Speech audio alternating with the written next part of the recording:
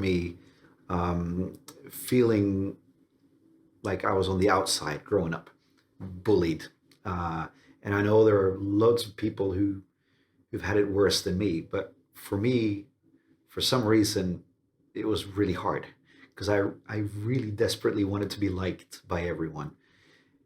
And as life has taught me, you can't please everyone. You can't have everyone like you. And my years in high school, in particular, um, in Norway, was pretty tough, pretty lonely. Even though I did have some close friends, um, I always felt like I was an unpopular kid. So I guess that sort of stayed with me through life somehow. It's weird how things that you experience growing up, especially those kind of things, it's hard to shake. No matter how popular or successful you become, a part of you is still that little kid.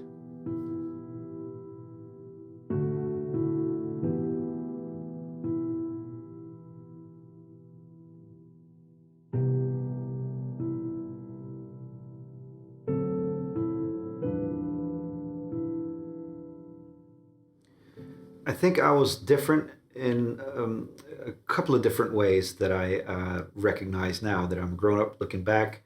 One of the reasons why maybe I wasn't as popular as I wanted to be was that, well, I grew up as the son of a famous pop singer in Norway. My dad was a really popular singer in the 70s and, sold millions of albums. And so I guess I always aspired to be like him. I wanted to be um, a famous singer myself one day growing up. And that's not a popular thing in Scandinavia. If you aspire to be something great, greater than the rest, then they quickly want to get you back down to earth. It's referred to as the law of Yante over here, and that I think when people ask me what do you want to do or become when you grow up, I'd say hey, I wanted to be an artist. I want to be a songwriter. People would quickly say, "So we'll get down to earth. What do you really want to do growing up?"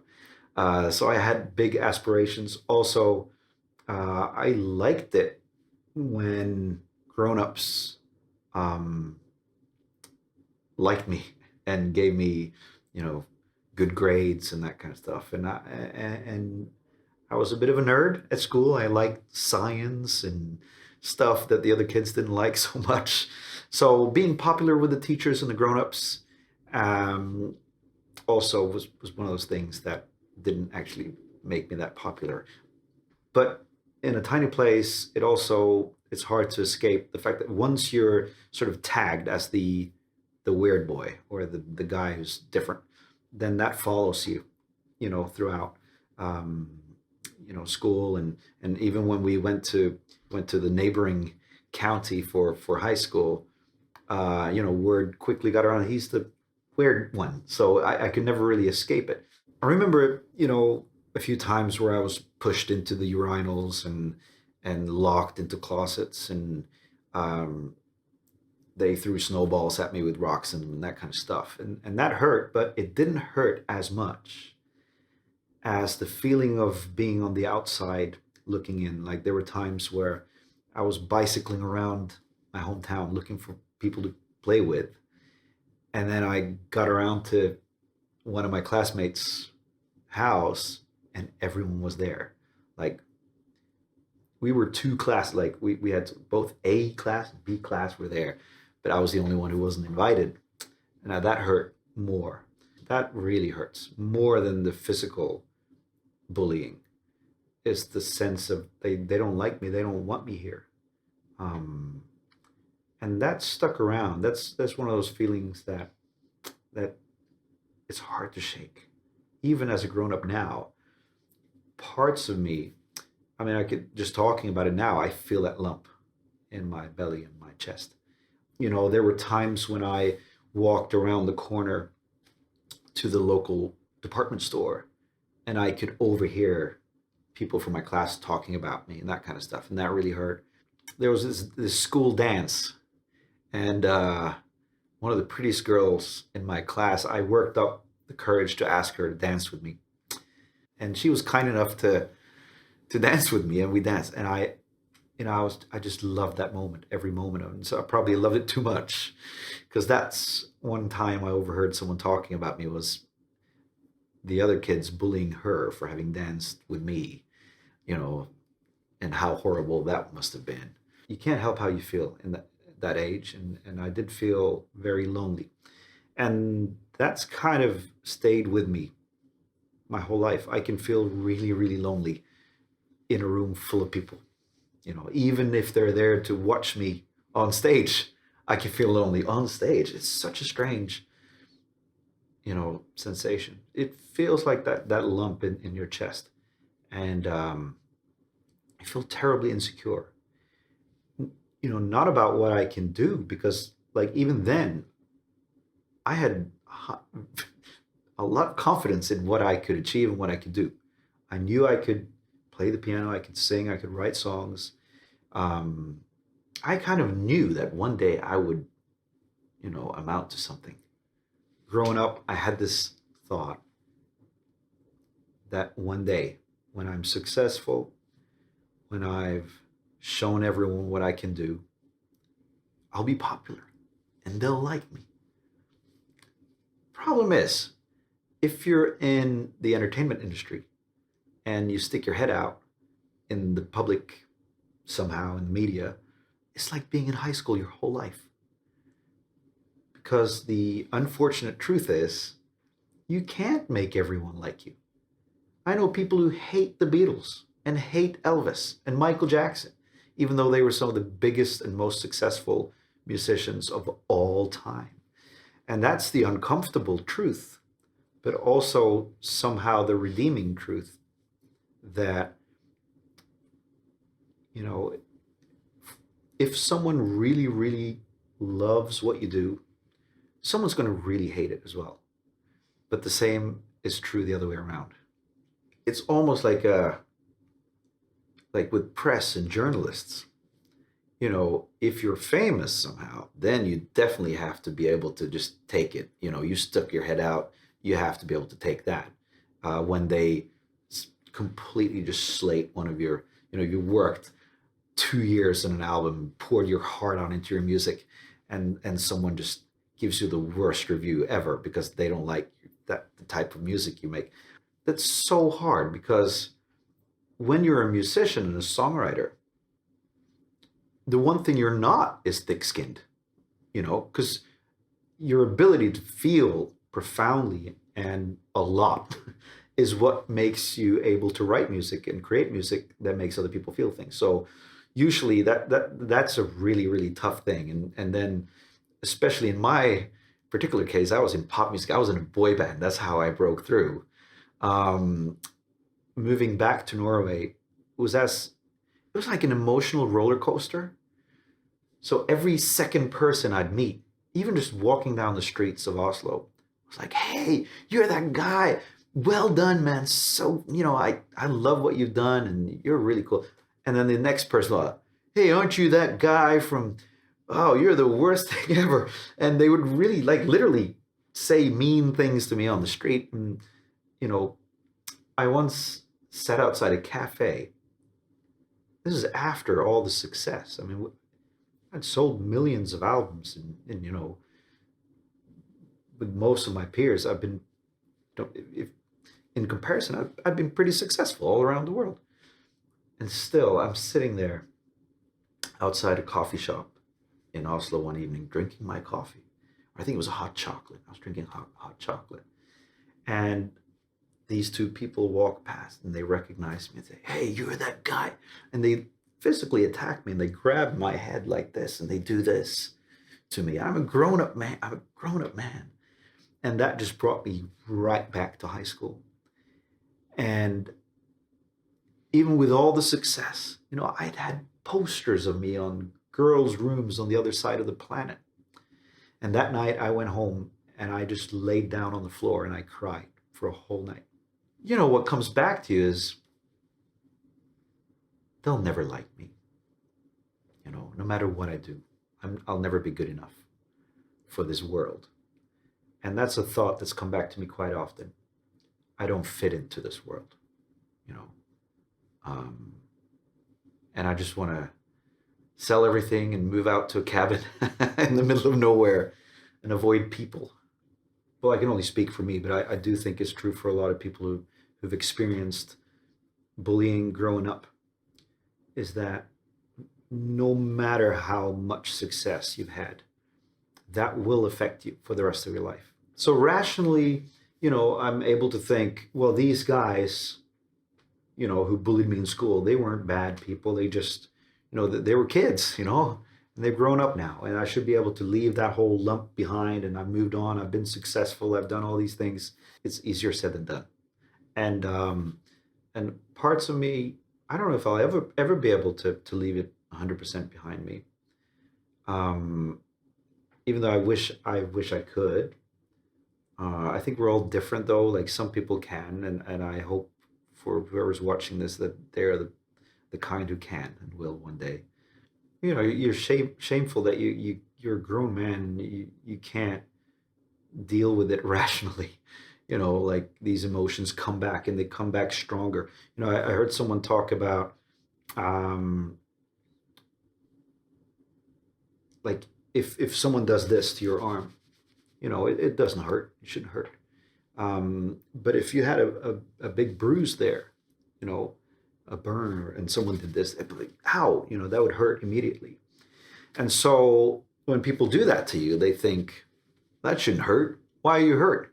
You know, don't be such a wuss. But for me, that really, really hurts because there's a wound there that's been there for so many years. And that's how it is with insecure people because, you know, growing up and there have been things that have happened.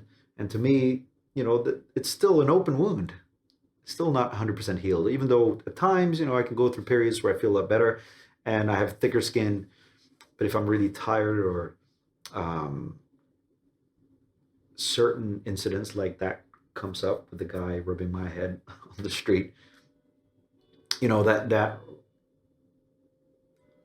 I get hurt much easier than a person who hadn't experienced those things growing up. So it's hard for people to understand. And it's hard for you to explain to other people why you're feeling so hurt and insecure. Like, why do you feel insecure? You've had all this success and, you, it's not fair. You're not entitled to feel that way. That's the biggest shame. I didn't feel entitled to feel sad and lonely and hurt. But the loneliness set in once you realize that all your friends and because you're in a bubble when you do what we did and you travel around working so much and doing so many things while all your friends and all the people you grew up with have very different lives and they learn things that you don't learn. Like, yeah, I felt like I had a whole lifetime worth of experience in certain areas. But in other areas, I was novice. I was like, so what do you bring to someone's baptism? What do you bring to like when this has happened to someone? What do you say? Like, I didn't have any life experiences on the normal stuff that everyone else knows, the cultural codes, what to say, how to behave, what to do. And that felt kind of lonely because I felt like I'd just gone down a different path. And I was there and everyone else was here. Everyone knew how to behave. And that was kind of related to how I felt growing up. I didn't understand the social codes, how to be accepted and how to be liked.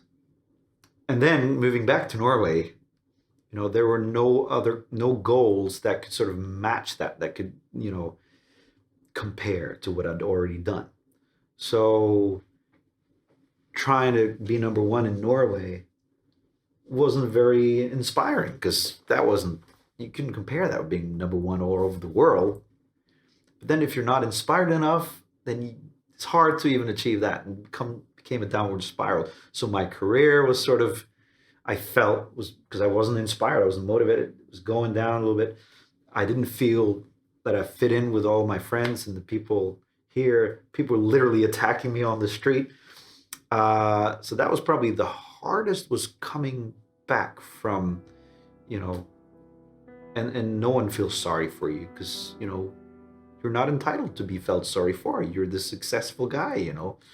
So that felt really lonely, I think.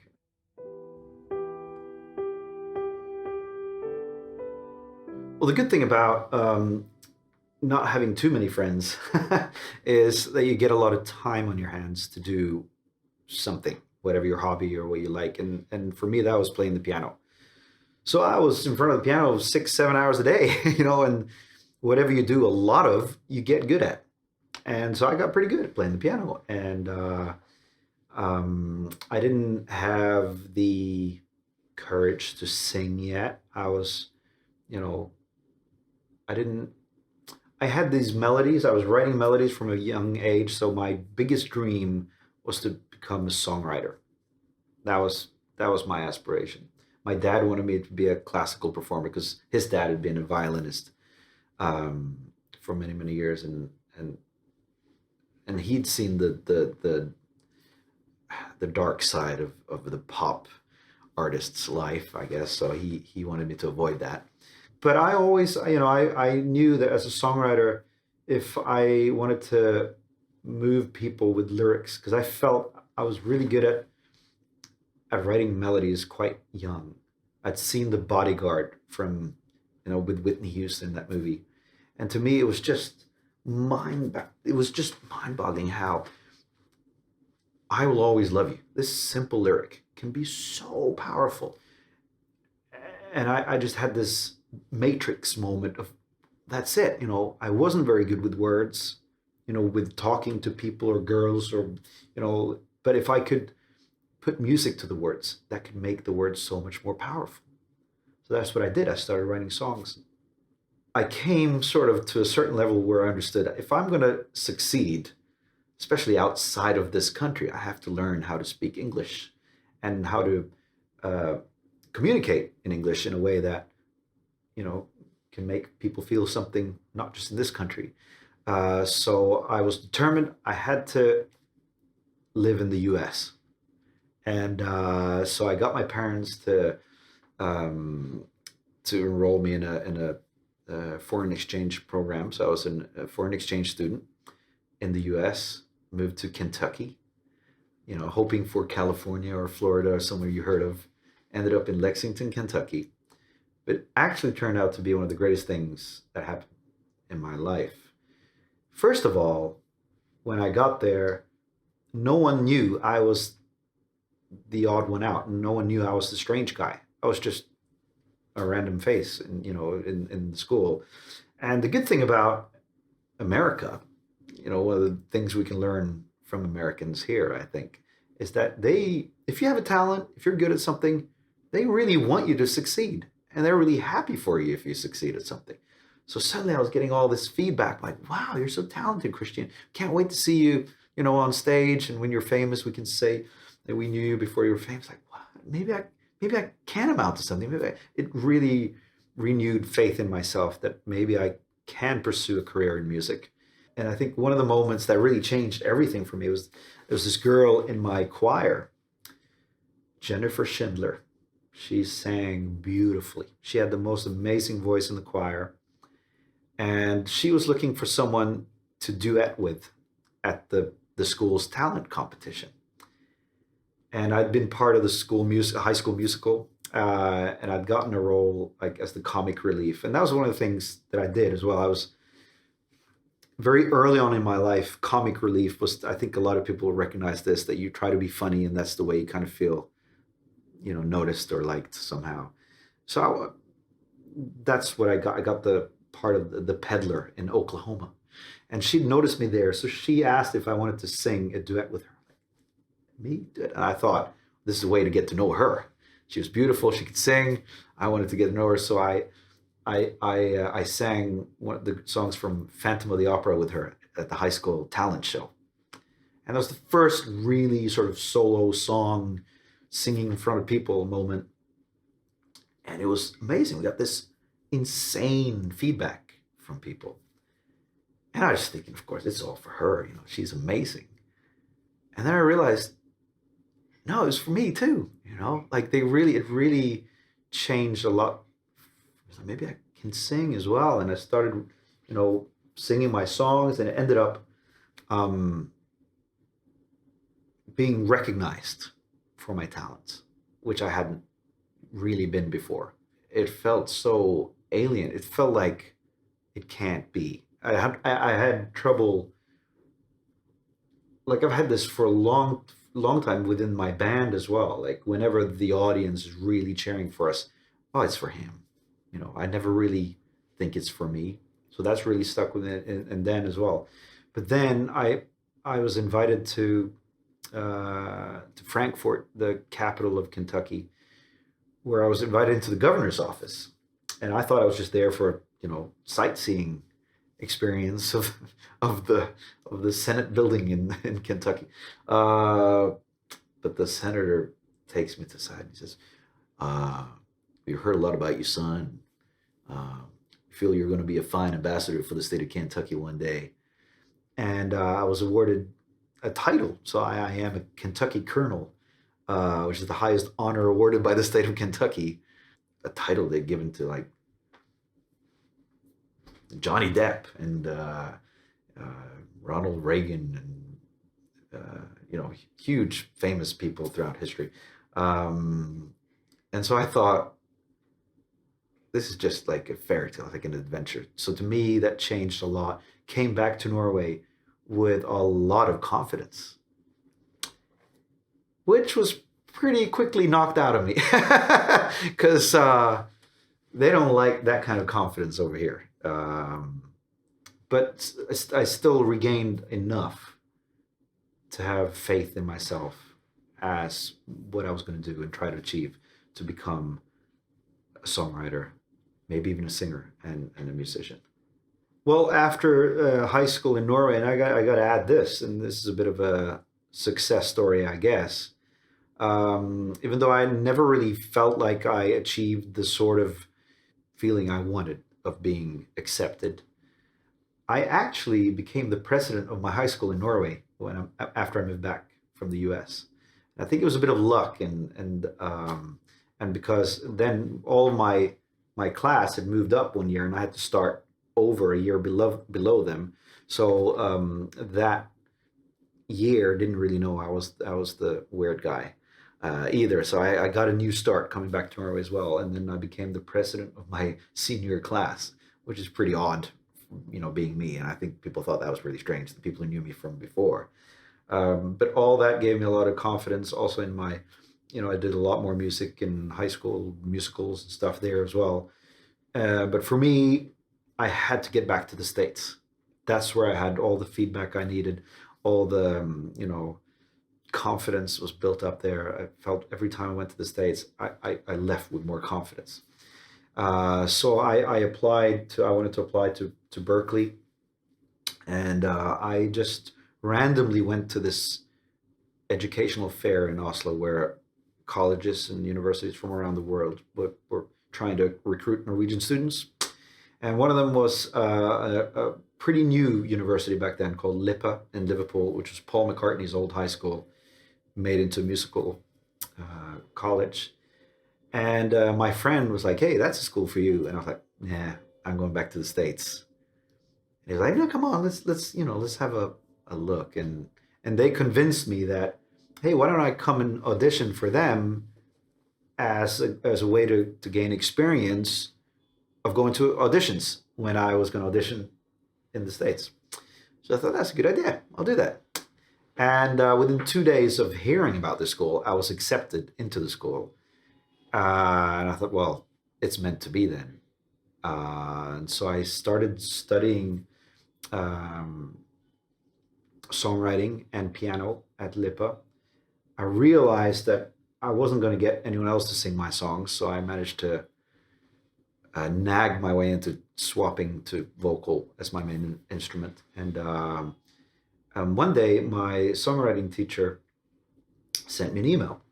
If you want to be in a boy band, this could be a big break. And there was um, a management that had asked, all the performing arts schools to recommend students for their new project. They wanted to make this ultimate boy band where everyone were musicians and songwriters that learned how to dance instead of models and dancers learning how to sing, which was sort of the how they did it back then.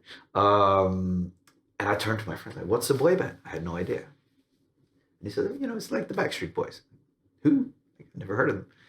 They have that song on the radio called "Quit Playing Games with My Heart." I think it was on the radio back then. I was like, "Oh yeah, I'd heard that. That was a good pop song. I could do that."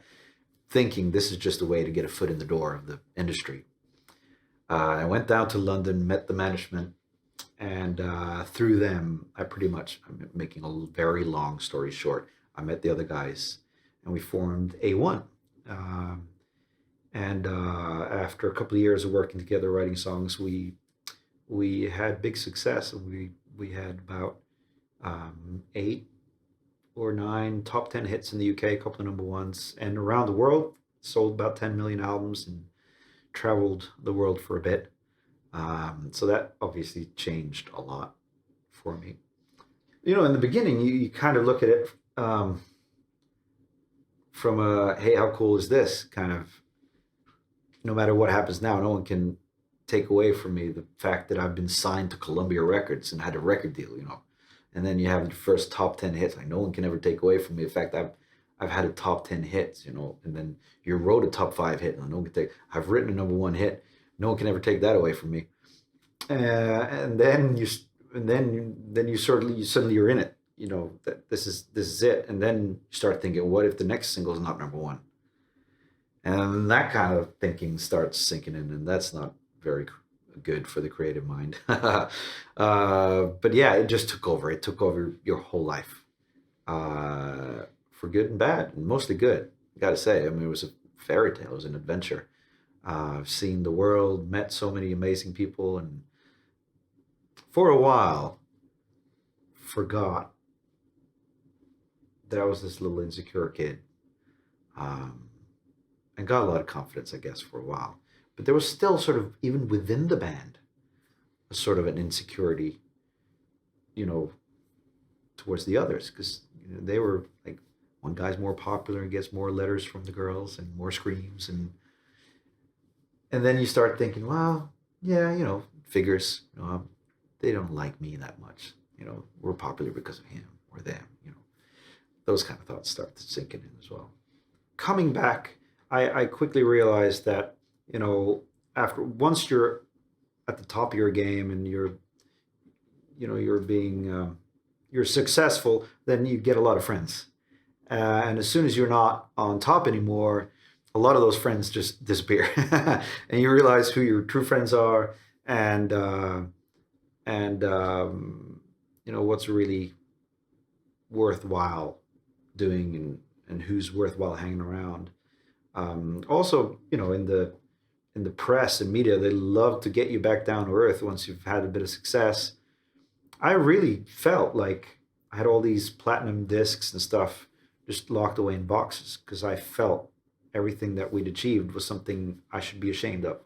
That was the impression I was given from the media, from journalists, from half the people I met on the street. That part of my life wasn't something to be proud of. And so I hid all my records and trophies, and the only trophy I always kept with me was my Brit Award, because we'd won a Brit Award, which was pretty cool. I mean, we won it. Like the other nominees were Coldplay and Craig David, and we'd won it. So I was really proud of that one. But I kept it at home. I didn't show it to anyone. And then I went through a whole period of self-doubt again, and feeling I didn't belong, I didn't fit in, until I think I read this book about how you should always have a wall of fame for yourself. And this wasn't, targeted for an artist. Like I literally, I could have a wall of fame. Like I'd had platinum discs, trophies on my wall, but this was just meant for anyone. Like if you've achieved anything in your life, even if it was like that silver medal from track when you were 7, anything you've done or you feel proud of, if there's a moment you're supposed to think back, you should make a wall of fame for yourself to remind yourself, hey, I did that. I did that. That means I could do it again. And after reading that book, I thought, hey, maybe I should, even just in my own studio for myself, I'll hang all my trophies up and I'll look at them every day and I'll remind myself, hey, I did that. Maybe I could do it again. Um, and I got to add, at this point in my life as well, I had a big fallout with my management, and that made it difficult for me to get gigs and stuff. So I had like a whole year, a year and a half, where I had no gigs. I was dropped by my record label. I had no income, just money pouring out every month, uh, and I was sitting at home playing PlayStation, waiting for someone to take me and my talent and make something out of me.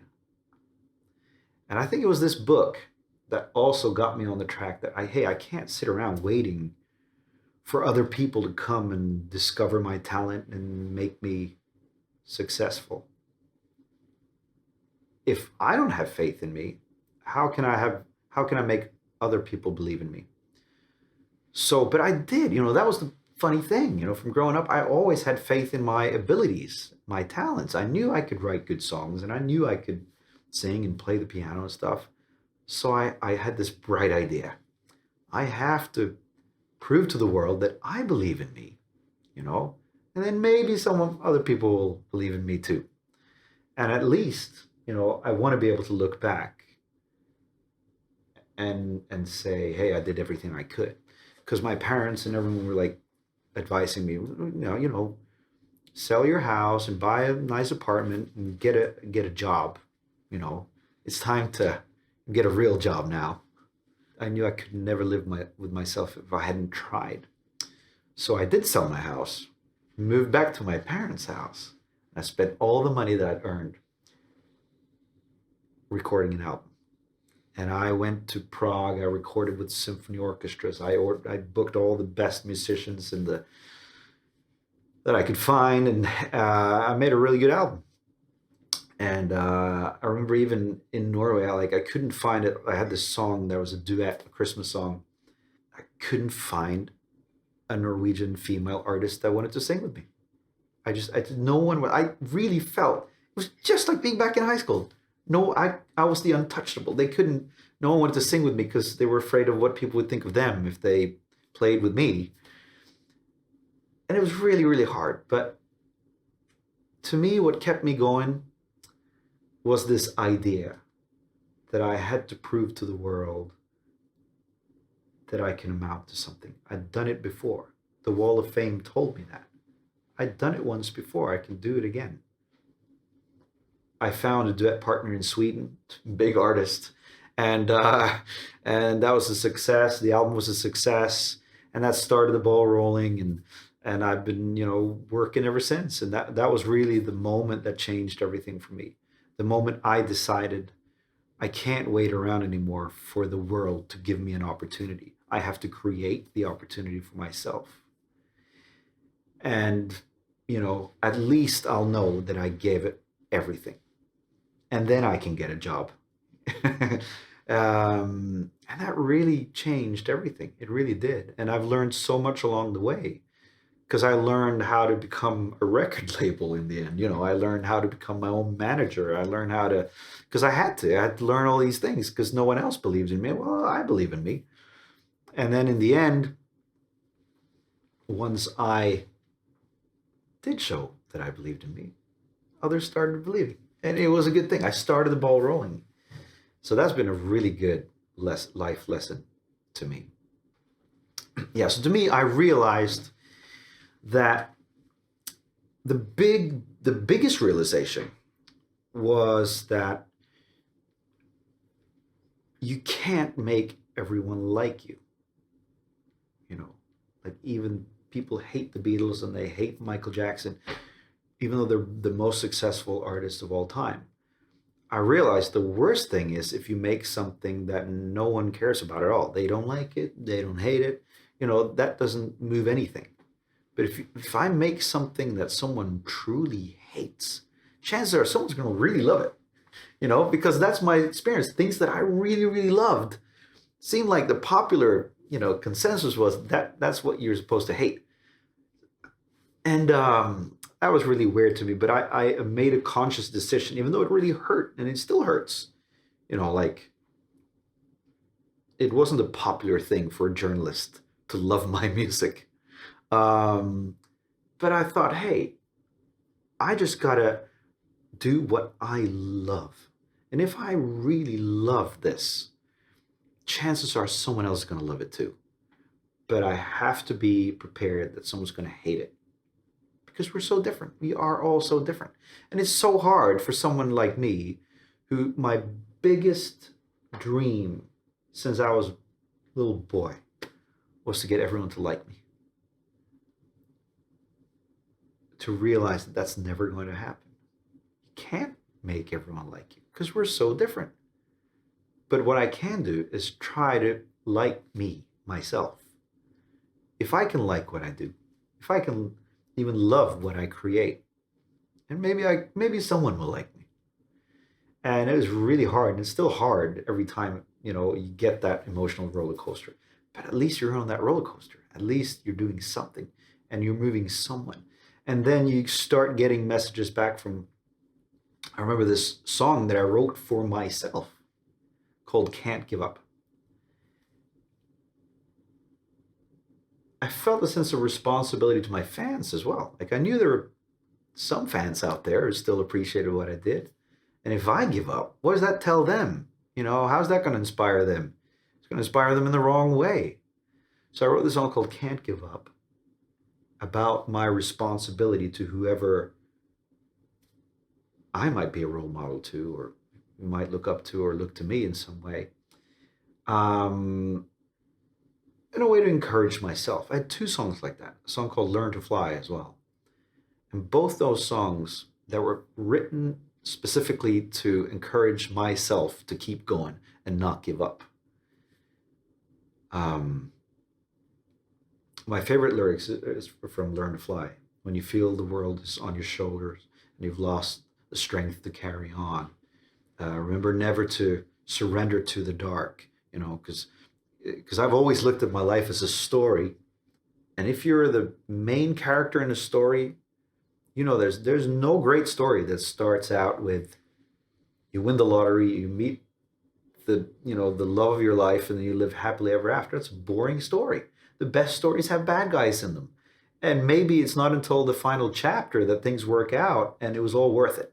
But then it's really all worth it. And if you stop reading the story before you get to that chapter, it's a pretty dark book, All the best stories are like that. So I thought I have to keep reading. I have to keep writing the next chapter in the story of me. Because who knows? I might win the lottery in the next chapter. I don't want to lose out on that. I don't want to miss out on meeting the love of my life. So if you turn another page, you will see that's not the way the story has to end. That's the lyrics from that song. And both those songs, Can't Give Up and Learn to Fly, I've received letters from people around the world who've told me about how they've gone through really tough times and wanted to give up.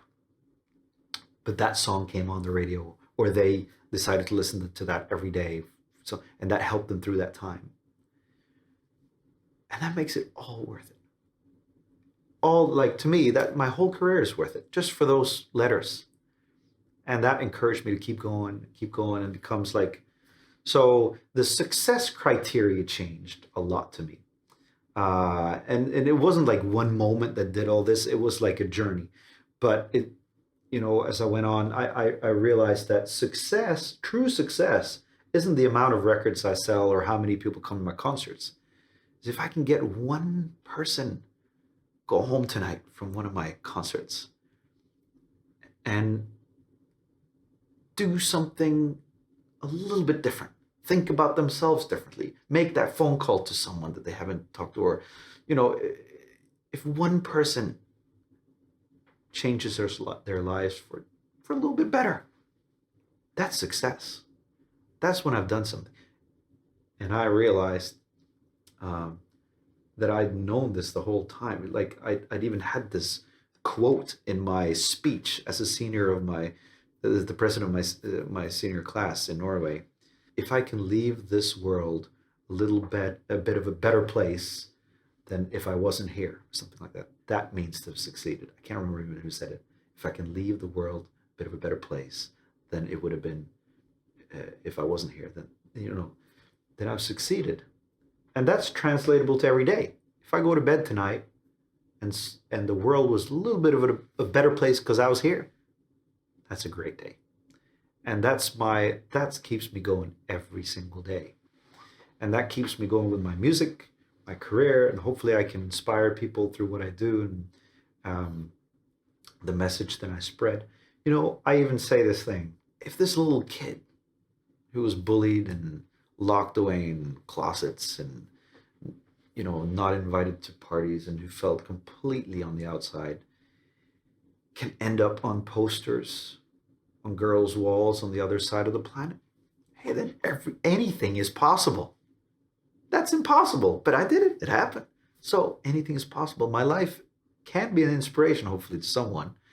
Um, but life is never just easy. And maybe it's a good thing. You know, I feel that I'm stronger today because of everything I've experienced. Um, I think in many ways, um, some of my greatest songs that I've written, in my own opinion, wouldn't be here if I didn't go through all these things. I wouldn't be able to, I wouldn't have written Learn to Fly, which has been an inspiration. It was even in a movie in Australia about um, youth and who struggle with depression. I'm thinking, wow, that's amazing. Like my experiences growing up, if that can somehow inspire someone to keep going, then it's worth it. The three things that really got me out of what I feel was a bit of a depressed state was sleeping enough, eating healthy, and working out. Those are the really the biggest, greatest hints or tips I can give to anyone who struggled with depression. Just eat healthy, work out, and try to get as much sleep as you can, and that will definitely help. There's this other coach I've been listening to called Tony Robbins. He talks about like gratitude being the antidote to depression, because no matter how good your life is, there's always something you wish was better. Like you could always have more money or a bigger car or a nicer life somehow. But the opposite is also true, that no matter how bad things are, there's always something you can be grateful for. There's always something you can think about. Yeah, I'm grateful for that. And when you focus on what you're grateful for, it's really hard to be, you know, other than grateful. When you think about it, there's always something. Even if it's just, I'm really grateful for that friend. Things don't look too well, but I'm really grateful I'm alive today.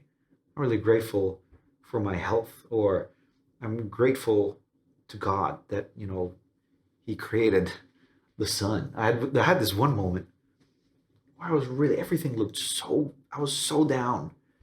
And I was out skiing in the forest. And I had this moment where was falling downwards. I was lying down in the snow, just giving up. I just give up. Everything is just crap. And I was lying there, I was looking at the sky, and it was a beautiful day. Snow in the trees, and the sun was out, and there was these beautiful white clouds that were flying so quickly by. And I had this thought, hey, if I lose everything, like if I literally lose everything, my job, my career, money, anything, it's not over. The sun is still out tomorrow. Clouds, I still have this. And this is pretty beautiful. This is free. This is there for everyone.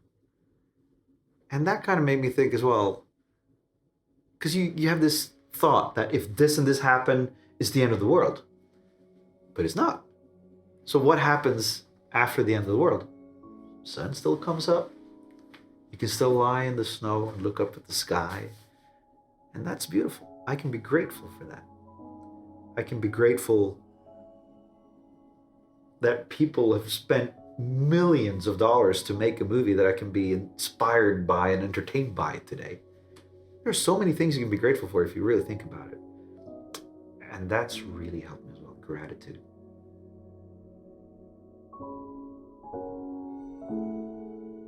If you're like me and you feel that you're so different, you don't fit in, hey, being different is a good thing. That's actually what's going to make you stand out from the rest, especially if you're young. When you grow up, like the one thing that will get you that job over the others, or make you successful in whatever you do, is because you stand out from the others. If you're different, that's a good thing. I'm living proof. Being different is what made me successful in my line of work. What you love and be yourself 100%. It sounds like a cliche, and it is, but it's so true. If you're true to yourself and you love yourself and what you do, chances are much bigger that other people will like you as well and love what you do. And the worst thing you can do is try to be like everyone else, because then you're definitely not going to be noticed. You're just going to be one of everyone else. Feeling of loneliness can be really, really hard, harder than all the physical bullying or anything that I've experienced. And I have to be honest, it's something that's never really gone away. Like, even in a room full of people who are there to see me at a concert, I can feel really lonely. I can feel like I don't fit in this world. But the good thing is, I've learned that every time I feel like that, the next day I will feel better. Sleep on it. And it's like that story about, the book. You got to keep reading and writing the next chapter in your life, because there will come days, I guarantee you, where you're going to feel better and you're going to be really happy you didn't give up, the day before or the year before. There's always going to be a change. You're never going to feel like that forever. It will come and go. And you have to remind yourself, and I do every time it comes, okay, I'll allow myself to feel like this tonight, but tomorrow when I wake up, I'm going to keep going. Because you don't want to lose out on what might come in the next chapter of your life. It might be the best chapter of your whole life ahead of you. You don't want to lose out on that. And also, I think some of the best things about life, the best experiences I've had, is if I can be a blessing to others. I feel much better about myself. And if you can be a blessing to someone, that might make you feel better as well. Like, how can I make the world a little bit better for someone today than if I wasn't here? And that becomes like a fun challenge after a while to me. Like, what can I do today? Even if it's just one person. Maybe it's just a smile to a stranger at the store. Or that whole pay it forward thing, which I think is great. At the coffee store. Just, hey, I'm going to pay for an extra coffee so that the person after me gets free. Don't say it's from me. And you can just stand in a corner and smile as they get free coffee. And like, what? What happened? Who paid that? An anonymous stranger bought this for you. Little things like that can be so inspiring. And I think that will make you less lonely, because, hey, we can be lonely together. People like us. Courage to follow through on what you believe in your heart is your purpose is one of the hardest things to follow through on, like actually do it. But I'm living proof that, if you do follow through on it, it can happen. You can make it happen. If you truly believe in your heart, that's what you're put on this earth to do. Do it. Because there are so many stories. Like, I love reading books about successful people. Like, even if it's, I've been listening to this podcast about Jim Cameron, who's one of the, biggest film directors of all time. And when you read the story about him and hear how so many times it was this close to never happening and everything falling apart. I mean, the amount of stories like that, it's the same for so many people. Like all the biographies I've read about really, really successful people, there's so many similar stories of how it just barely happened. We could have never had those people throughout history. But they persevered and they did it anyway, and they managed to, like, it really is true. It's about how many times you can get back up. And the people who get back up and keep going anyway when they face, trouble, those are the people who end up being successful at whatever they want to achieve. And being successful can be anything. It can be finding the love of your life. If you get a no, if you get 10 no's, if you get a yes on the 11th try, it's worth it. But if you never try, then you're never going to achieve your dream. So I think that's my biggest advice to anyone who has a dream and a sense of a purpose in life. Don't give up. Have faith in yourself. You have to have faith in you in order to get others to have faith in you. That's where you start, with yourself. We all have, all these human needs that we all have in common, like need for significance or love or, things like that. But then we have different roadmaps on how to meet them. Like if you want significance, you can buy a weapon and you're immediately significant to someone. That's a very negative way of getting significance. You can also be significant, if you're the one who does the most good for other people. And I think that's our main, tool in order to meet our needs, is to find the right tools, like the right roadmap. Like why am I feeling this way? How can I make sure I don't feel this way anymore? Asking good questions. I think, like, what is a good roadmap for me ahead in order to stop feeling this way or getting ahead in my life somehow? Taking responsibility somehow, even though it's not your fault that you're in the situation you are. It might be these and these and these guys have done or said this to you, and that's made you feel the way you feel. But still, take responsibility for the road ahead. Because you cannot change those people. You can't change how anyone else behaves or talks to you. Like, I've had that thought so many times. If they only respected me more, if they'd only done this to me, if they'd only said that, my life would be so much better. But the fact is, if I change the way I meet my needs, if I can change my roadmap, if I can ask good questions of myself, how can I make sure this never happens again? How can I make sure that I'm a force for good in this life? If I feel lonely, maybe I can call someone. Maybe I can be a blessing to someone else. Maybe I can make someone else feel less lonely. And guess what? I'm less lonely in the process because I'm the one who makes someone else feel good. Then they make me feel good. So I guess that's my best advice, is do something. Take action. Ask good questions. How can I make sure that I am, how can I make other people less lonely today? Someone else, just one person. Can I walk up to someone on the street? Is there someone that's outside in my congregation, in my church, who's sitting alone? Can I go over to them and make their life, their day a little bit better? Those are the things that'll make me less lonely as well. Like, even with all the mental training books I've read and self-help books, about focusing on gratitude and all that kind of stuff, there are times when that's not worked at all. Like, I once wrote a list. There was a tip that you're supposed to treat yourself how you would want someone else to treat you. Like, how would you love yourself? How would you want someone else to love you?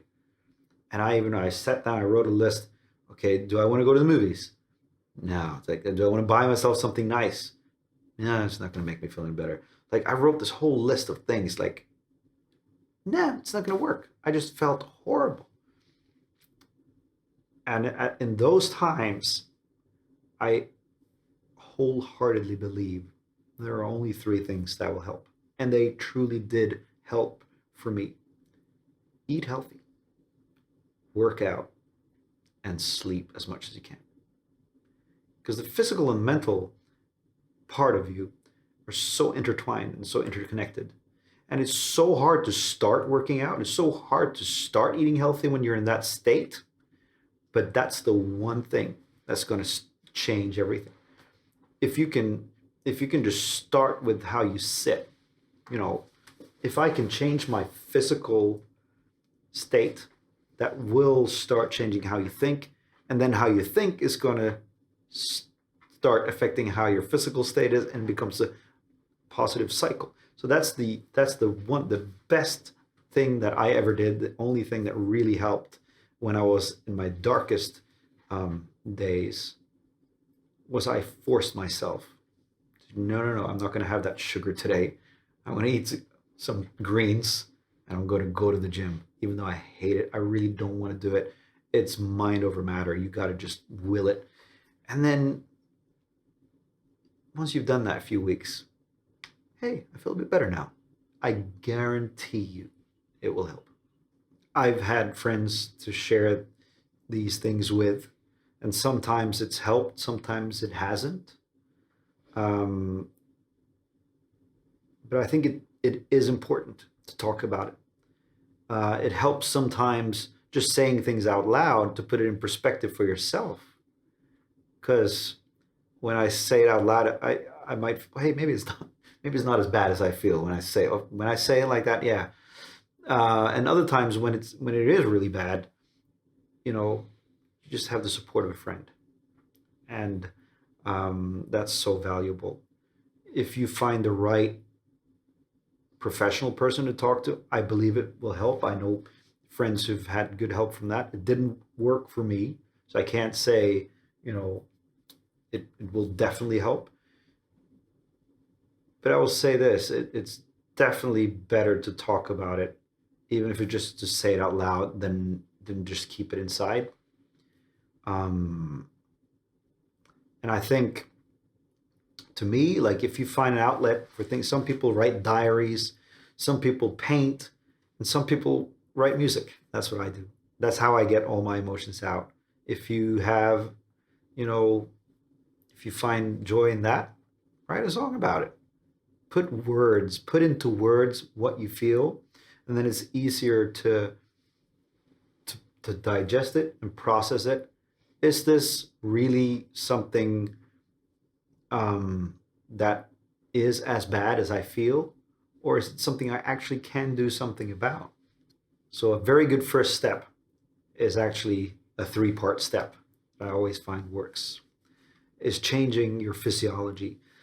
Sit up straight, shoulders back, breathe in, so that how would you sit if you were Superman? Basically, just that helps a little bit.